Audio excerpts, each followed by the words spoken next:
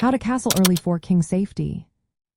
Are you curious about how to castle early in your chess games to keep your king safe? This move can be a game changer, so let's break it down step by step.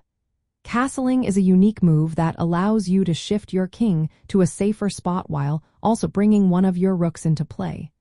This is particularly important for protecting your king and enhancing your defense.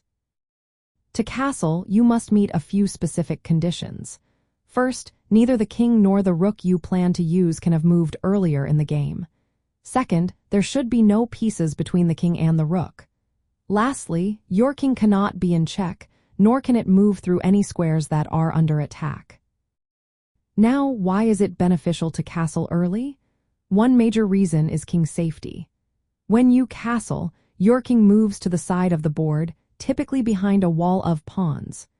This positioning offers extra protection against potential attacks, especially in the opening phase when your opponent's pieces are still developing.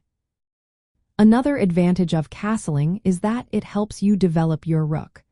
Once you castle, your rook is ready to control important files and support your other pieces in both defense and offense. This is essential for maintaining a strong position on the board. Additionally, castling helps protect your flank pawns.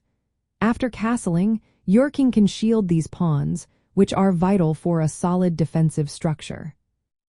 When you think about king safety, controlling the center of the board is also crucial. While you secure your king by castling, ensure that your pawns and pieces dominate the center. This makes it harder for your opponent to launch an effective attack. Be mindful of your pawn structure as well. Avoid pushing pawns in front of your castled king unless absolutely necessary. Doing so can weaken your defense and create openings for your opponent.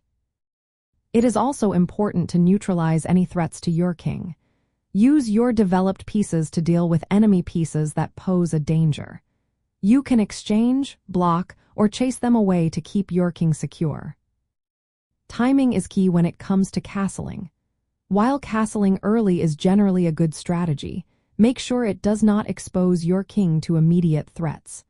Always consider how your opponent's pieces are positioned and what potential dangers they might pose. Lastly, ensure that your pawns are well placed to support your castled king. A flat pawn structure is often best, as it maintains flexibility and avoids weaknesses.